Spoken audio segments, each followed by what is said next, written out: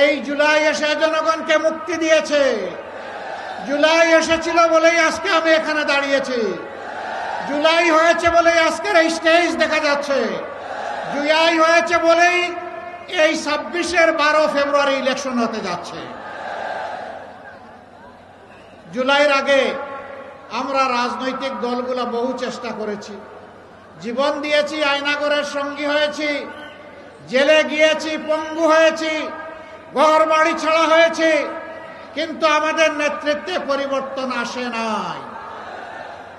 পরিবর্তন এসেছে আমাদের সন্তান সন্ততির নেতৃত্বে। কেউ কেউ আছেন এদেরকে স্বীকার করতে চান না, তাদেরকে বাচ্চা কাচ্চা নাতিপুতা বলেন, তাদেরকে সাবাল বলেন।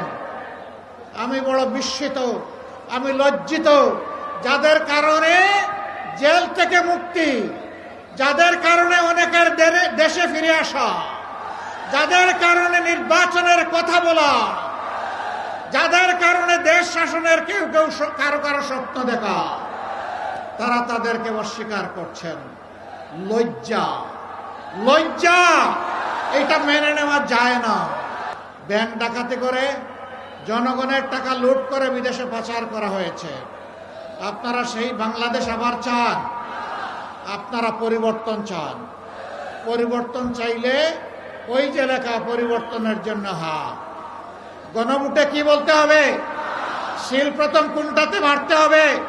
হা বুটে সিল মারতে হবে। প্রথমত আমরা জাতিকে আর বিভক্ত হতে দেব না। আমরা পুরানা কাসুন্দি নিয়ে কামড়া কামড়ি করব না। আমরা পিছনের দিকে দৌড়াবো না।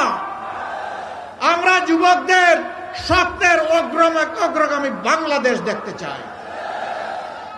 যুবকরা, আমরা তোমাদের হাতে বেকার ভাতা তুলে দেব না। তোমরা বেকার ভাতা পাওয়ার জন্য কোনো দাবি জানাও নাই। আমরা বেকার ভাতা দিয়ে তোমাদেরকে অপমানিত করতে চাই না। আমরা তোমাদের হাতগুলোকে দক্ষ কারিগরের হাত হিসাবে গড়ে তুলব ইনশাআল্লাহ। প্রত্যেকটি হাতে আমরা ইনশাআল্লাহ মর্যাদার কাজ তুলে দেব। সেদিন প্রতিটি যুবক গর্বের সাথে বলবে, আমি বাংলাদেশ। আমাকে দেখে বুঝে নাও বাংলাদেশ কি জিনিস। আমরা সেই বাংলাদেশটি গড়ে দিতে চাই। আমরা বাংলাদেশের নেতৃত্ব যুবকদের হাতে তুলে দিতে চাই। প্রস্তুত আছো যুবকরা? প্রস্তুত হয়ে যাও। যেইভাবে স্বৈরাচার তাড়ানোর জন্য সেদিন গর্জে উঠেছিলে, বাংলাদেশ গড়ে দেওয়ার জন্য সেইভাবে দাঁড়িয়ে যাও। আমরা সেই বাংলাদেশ তোমাদের হাতে তুলে দেবো ইনশাআল্লাহ।